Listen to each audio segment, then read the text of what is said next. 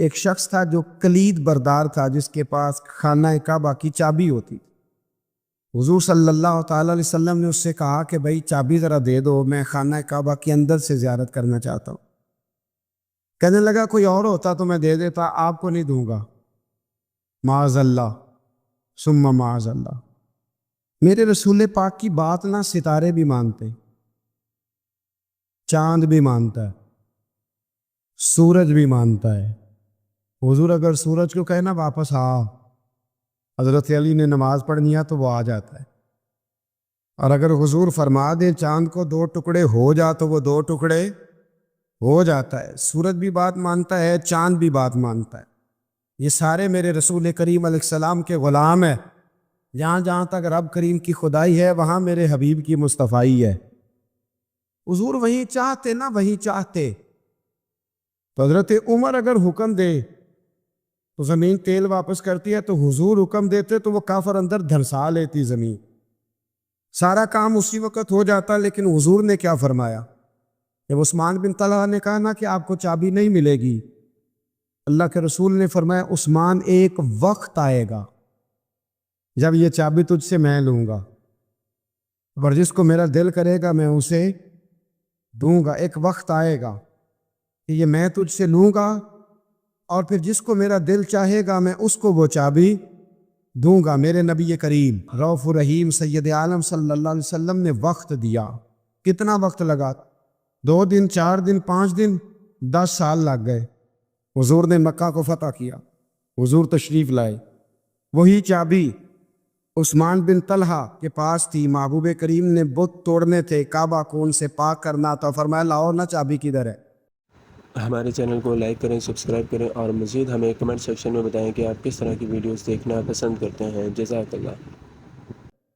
عثمان کہتے ہیں حضور نے تو بات نہیں جتلائی، پر مجھے وہ لفظ یاد ہے کہ عثمان ایک وقت آئے گا، ایک، سمجھیے گا بات کو، ایک وقت آئے گا جب چابی میں لوں گا، اور پھر جس کو میرا دل کرے گا میں اسے، پھر وقت آ گیا، پھر حضور نے چابی لے لی، نبی پاک نے بت توڑے، اور قربان جاؤں مدینے والے محبوب کے طریقے پر فدا ہو جائیں حضور علیہ الصلوۃ والسلام کے کمال درگزر پر۔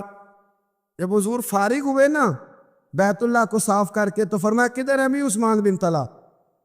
وہ آئے تو حضور فرمانے لگے یہ چابی پہلے تیری خاندانی وراثت تھی، پھر میں نے اپنے وعدے کے مطابق لے لی، اب میں تمہیں واپس کر رہا ہوں، اب یہ چابی میں تمہیں واپس کر رہا ہوں، میں یہ چابی میں تمہیں دے رہا ہوں، لہٰذا اب تیری نسل سے بھی قیامت تک کوئی نہیں لے گا، میں تمہیں یہ چابی دے رہا ہوں۔ تو بھئی وقت کا انتظار کریں۔ اور عثمان بن طلحہ کہتے ہیں میں نے حضور کا یہ کمال کرم دیکھا تو میں کلمہ ہی پڑھ گیا، میں مسلمان ہی ہو گیا۔ وقت کو دیکھیں، وقت کا انتظار کریں، آنے والا ٹائم دیکھیں۔ ہم نا ٹائم نہیں دیتے، ہمیں جلدی بڑی ہے، کاروبار ٹھیک ہو جائے تو شام کو ہو جائے، بچہ تندرست ہو جائے تو پھر شام کو ہو جائے، مخالفین ٹھیک ہو جائیں تو شام کو ہو جائیں۔ ہمارے سارے کام شام سے پہلے بلکہ جو ولی بننا چاہتا ہے وہ بھی کہتا ہے 1.25 گھنٹے میں بنا دو، لیٹ نہ کرو۔ کیونکہ بہت سارے تو کہتے ہیں ایک نظر کریں، میں نے کہا آپ کوئی عمل بھی کریں نا، آپ تھوڑی محنت بھی کریں نا، کہتے ایک نظر کریں۔ ہمارے درویش کہا کرتے تھے کہ آج کل مرید کہتے ہیں نہ نماز پڑھاؤ، نہ روزہ رکھاؤ، نہ وظیفہ کراؤ، نہ کوئی اور کام کراؤ، سانو ایویں ہی بخشاؤ۔ تو بھئی اللہ نے خود 5 نمازیں فرض کی، رمضان کے روزے فرض کیے ہیں، زکوٰۃ فرض ہے۔ تو جب اللہ نے ذمہ داریاں لگائی ہیں تو پھر کون ہے جو بغیر ذمہ داریوں کے آگے جائے؟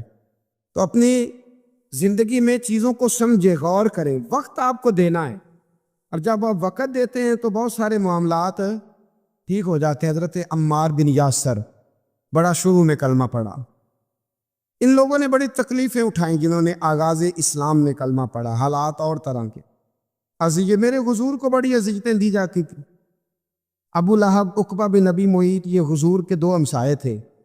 کچھ نفسیاتی تکلیفیں لوگ دیتے ہیں، ذہنی طور پر پریشان کرتے ہیں، مزاج ہوتا ہے۔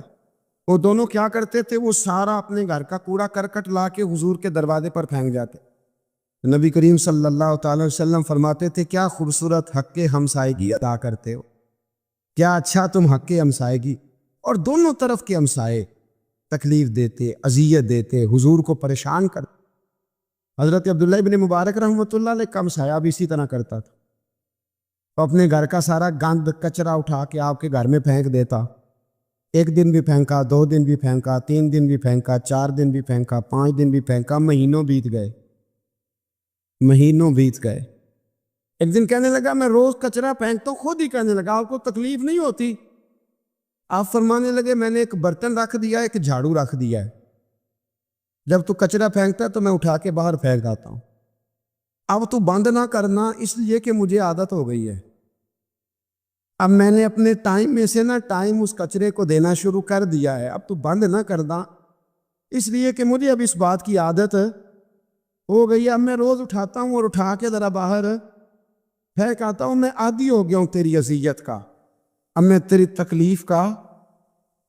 آپ میں سے بہت سارے لوگ شہروں کے رہنے والے ہیں، ہمارے دیہاتوں میں یہ ہوتا تھا کہ کسی بوڑھے بابے کو بچے چھیڑتے تھے، کبھی کبھی غلط کرتے تھے، ایسا کرنا نہیں چاہیے، لیکن بزرگ کو چھیڑتے تھے، تنگ کرتے تھے۔ کبھی وہ بچے نہ چھیڑتے تھے تو بزرگ خود کہتے تھے کہاں مر گئے آج سارے۔ اصل میں وہ پیار ہوتا تھا، وہ پیار لگ جاتا تھا، بتاتے نہیں تھے، لیکن علاقے کے بچوں کے ساتھ وہ غصہ ہوتا تھا، وہ چھیڑتے تھے۔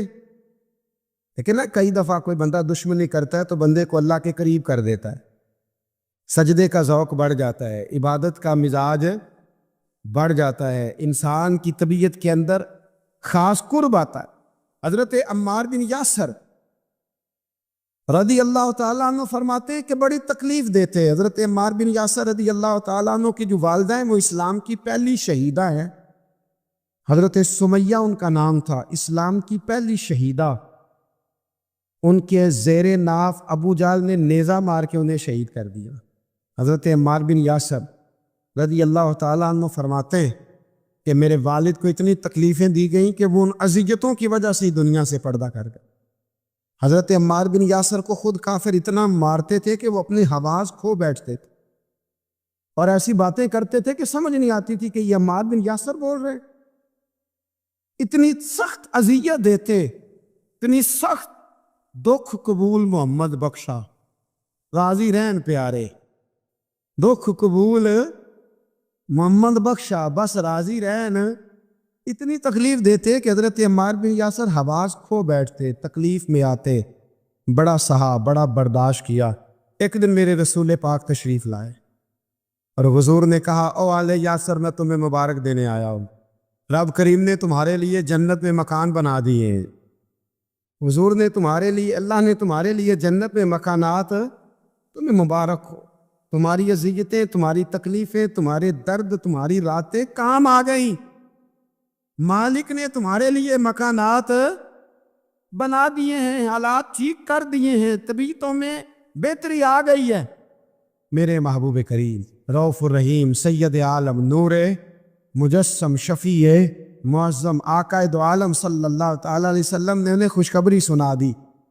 حضرت عمار کہتے ہیں پھر حالات بدلے، پھر میں نے جو مجھے اذیتیں دینے والے تھے میں نے انہیں گڑھوں میں گرتے دیکھا۔ آپ فرماتے ہیں ابو جہل کی لاش اٹھانے والا بھی بدر میں کوئی موجود نہ تھا، اور ابو لہب جب مجھے تکلیفیں دیتا تھا وہ مکے کے چوک میں مرا ہوا پڑا تھا، اور کوئی اس کے قریب جانے والا بھی موجود نہ تھا، کوئی نہیں تھا۔ آپ فرماتے ہیں وہ حالات بھی۔ حضرت عمار کا اپنا کیا حال ہوا؟ حضرت خالد بن ولید رضی اللہ تعالیٰ عنہ بڑے بہادر ہیں، حضور نے فرمایا یہ اللہ کی تلوار ہے، یہ اللہ کی، بڑے بہادر تھے، بڑے شیر دل تھے۔ فرماتے ہیں کبھی معذرت نہیں کرنی پڑی، کبھی جھکنا نہیں پڑا، کبھی کسی کی منت نہیں کی، اللہ نے طاقت اتنی عطا فرمائی تھی، ہمت، حوصلہ، صبر، استقامت اتنا دیا، کبھی کسی جگہ پشت نہیں لگی۔ لیکن فرماتے ہیں کسی وجہ سے ایک دن میرا عمار بن یاسر کے ساتھ کسی بات پہ اختلاف رائے ہو گیا، جھگڑا ہو گیا۔ توجہ ہے میری بات پر؟ فرماتے ہیں جھگڑا ہو گیا۔ ہمارا پتہ حال کیا ہے؟ ہمارا یہ حال ہوتا ہے کہ ہمارا جھگڑا ہو جائے تو خیر ہے، لیکن اگر پڑوسی کے بچے لڑ پڑے تو ہم کہتے ہیں اس کی روزی پاک نہیں، اس کی تربیت ٹھیک نہیں۔ ہمارا بھائیوں سے رٹا ہو جائے تو معاملہ اور ہے، کسی کا ہو جائے تو معاملہ اور ہے۔ میں بیمار ہو جاؤں تو آزمائش ہے، اور سامنے والا بیمار ہو جائے تو سزا ہے۔ پھر کیا ہے؟ بلکہ پنجابی کہنے نے کیتیاں نو پھڑے ہے، یہی کہہ دیتے۔ اور میں بیمار ہو جاؤں تو آزمائش آ گئی اللہ کی طرف سے۔ ایسا نہ کرے۔ ہمارا فتویٰ اپنے حق میں اور ہوتا ہے، سامنے والے کے معاملے میں اور ہوتا ہے۔ حضرت عمار بن یاسر کی بات کر رہا تھا، جناب عمار بن یاسر رضی اللہ تعالی عنہ۔ حضرت عمار بن یاسر کہتے ہیں کہ حضرت خالد بن ولید کے ساتھ، جناب خالد بن ولید کہتے ہیں میری ان کے ساتھ نہ کسی بات میں اختلاف رائے ہو گیا، تو میں اب دلیر آدمی تھا، شیر آدمی تھا، کبھی جھکا نہیں تھا، کبھی کوئی معاملہ نہیں ہوا تھا، کبھی کوئی ایسی بات نہیں ہوئی تھی۔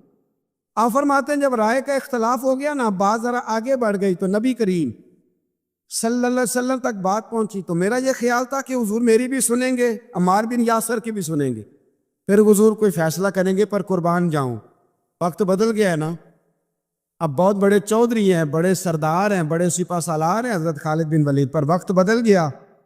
تو حضرت خالد بن ولید کہتے ہیں جب میں نے نبی کریم کی بارگاہ میں بات عرض کی، حضور تک بات پہنچی، تو میرے مصطفیٰ نے موٹی سی بات ارشاد فرمائی۔ رسول کریم فرمانے لگے بھئی بات مختصر سی ہے، جس نے عمار کو راضی کر لیا اس نے مجھے راضی کر لیا، اور جس نے اسے ناراض کیا اس نے مجھے ناراض کیا۔ فرماتے ہیں بس میری قیمت پڑ گئی، میرا قد اونچا ہو گیا۔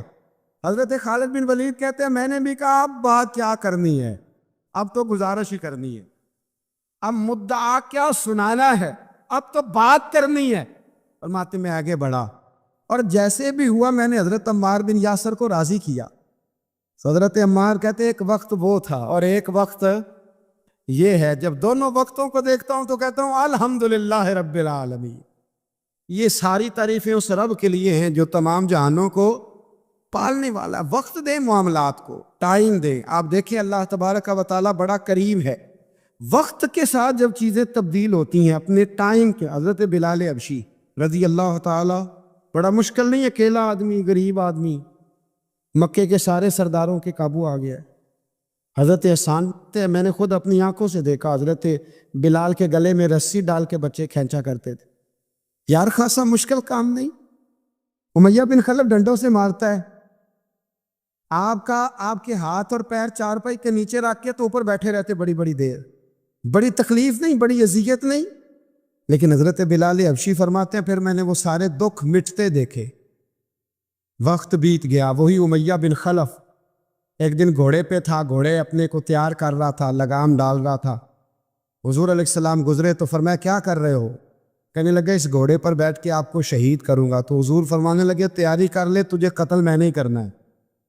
پھر جنگ کے موقع پہ نا ہلکی سی خراش لگائی رسول پاک نے اسے، یا گلے پہ، تڑپتا تھا، روتا تھا، سسکتا تھا۔ لوگ کہتے تھے امیہ کیا ہو گیا، اتنا سیانہ بندہ یہ کیا کرتا ہے؟ تو کہنے لگا تمہیں پتہ نہیں مجھے تکلیف کتنی ہے، ضرب تو چھوٹی ہے پر تمہیں پتہ نہیں لگائی کس نے ہے تو چھوٹی پر تمہیں خبر نہیں کہ لگائی کس نے ہے، کس نے یہ ضرب لگا دی ہے۔ پھر تڑپ کر سسک کر مرا۔ حالات بدل جاتے ہیں، حالات میں تبدیلیاں آ جاتی ہیں۔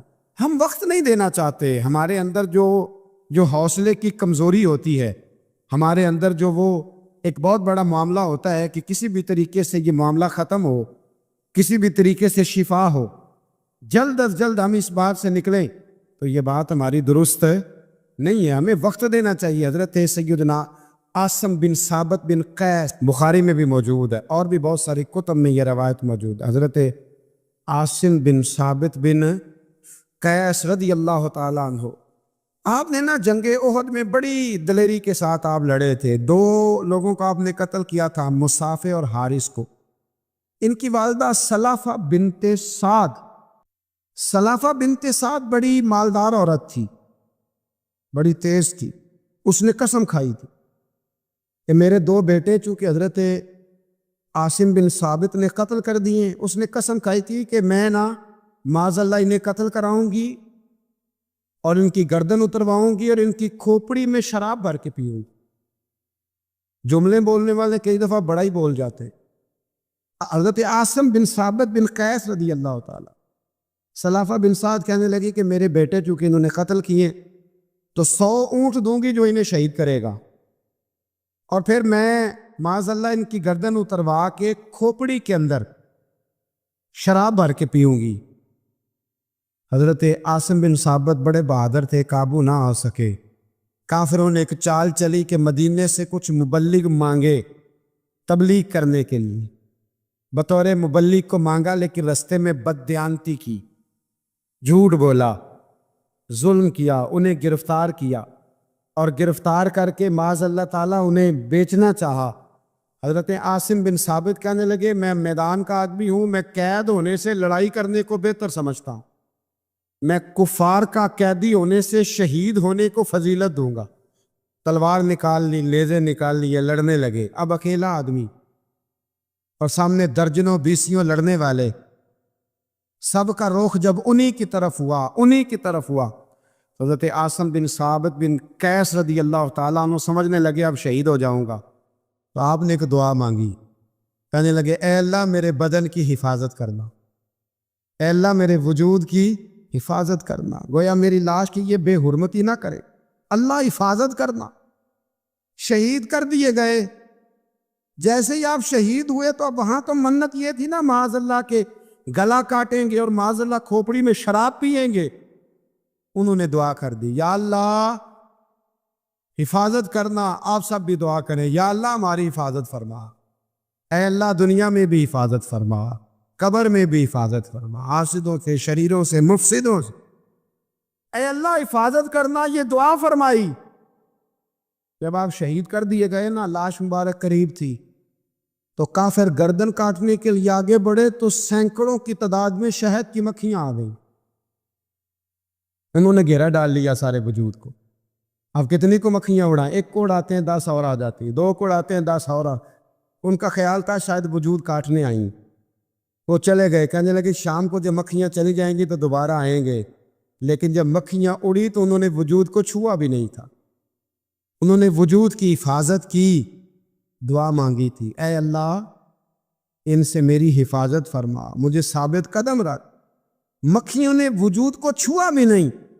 اور جب رات ہوئی تو نہ بادل تھے، نہ پانی تھا، نہ ہوا تھی، لیکن اللہ نے پانی بھیجا، بارش آئی، اور حضرت عاصم بن ثابت کی لاش کو بہا کے لے گئی، وجود بہا کے لے گئی۔ سویرے ڈھونڈتے رہے پر ان کا وجود کسی کو ملا۔ بعد مرن دے مکھڑا میرا ہو جاوے جے تازہ، پھر سمجھ لینا محبوب میرے نے آن پڑے ہے جنازہ، پھر سمجھ لینا محبوب میرے نے آن پڑے ہے۔ اور ایک شعر پڑھ نہ دوں چراغے گولڑا کا، کئی دفعہ پڑھتا ہوں، آج پھر نہ کہہ دوں، کہنے لگے بے قدرہ کچھ قدر نہ جاتی، کیتی خوب تسلی ہو، دنیا دار پجاری زرد کتیاں دے گل ٹلی ہو، بک بک روشن اکھیاں تکیو ویک حویلی کلی ہو، کوچ نصیر آسان جدوں کیتی پہ جانی ترتھلی ہو۔ تو یاد رکھ میرے بھائی، جب آپ ثابت قدم، حضرت خباب رضی اللہ تعالی عنہ، بخاری میں ذکر ہے، کتب حدیث میں، کتب سیرت میں ذکر، حضرت خباب رضی اللہ تعالی عنہ نے اس وقت کلمہ پڑھا جب ابھی 5 لوگ کلمہ پڑھتے، کل بندے السابقون الاولون۔ آپ فرماتے جس عورت کا میں غلام تھا نا، ام انمار اس کا نام تھا، وہ مجھے بڑی سخت سزائیں دیتی تھی۔ آپ لوہار کا کام کرتے تھے، سلاخیں، آپ کو پتہ ہے لوہار سلاخ رکھتا ہے پہلے آگ میں بھٹی میں، پھر وہ جب پوری طرح تپتی ہے پھر کچھ بنتا ہے، لوہار کا کام کرتے تھے۔ آپ فرماتے ام انمار میرے ساتھ یہ کرتی کہ مجھے سخت اذیت دیتی، کلمہ چھوڑنے پر مجبور کرتی۔ ایک دفعہ تو ایسے ہوا کہ اس نے کافروں کی ڈیوٹی لگائی، میں گلی سے گزر رہا تھا، مجھے نہیں پتا تو ان کی پہلے سے تیاری، انہوں نے کوئلے جلا کے رکھے ہوئے تھے، مجھے پکڑا، میرا کرتا زبردستی اتارا، کوئلوں پہ لٹا دیا اور میرے وجود پر وزنی پتھر رکھ دیے۔ فرماتے ہیں میری چربی پگھلی تو کوئلے بجھے۔ یہ شہادت گاہ الفت میں قدم رکھنا لوگ آسان سمجھتے ہیں مسلمان ہونا، زخم پہ زخم کھا کے جی، خون جگر کے گھونٹ پی، آہ نہ کر لبوں کو سی، یہ عشق ہے کو دل لگی نہیں، اس میں بڑی برداشت کرنی پڑتی ہے۔ آپ فرماتے ہیں کہ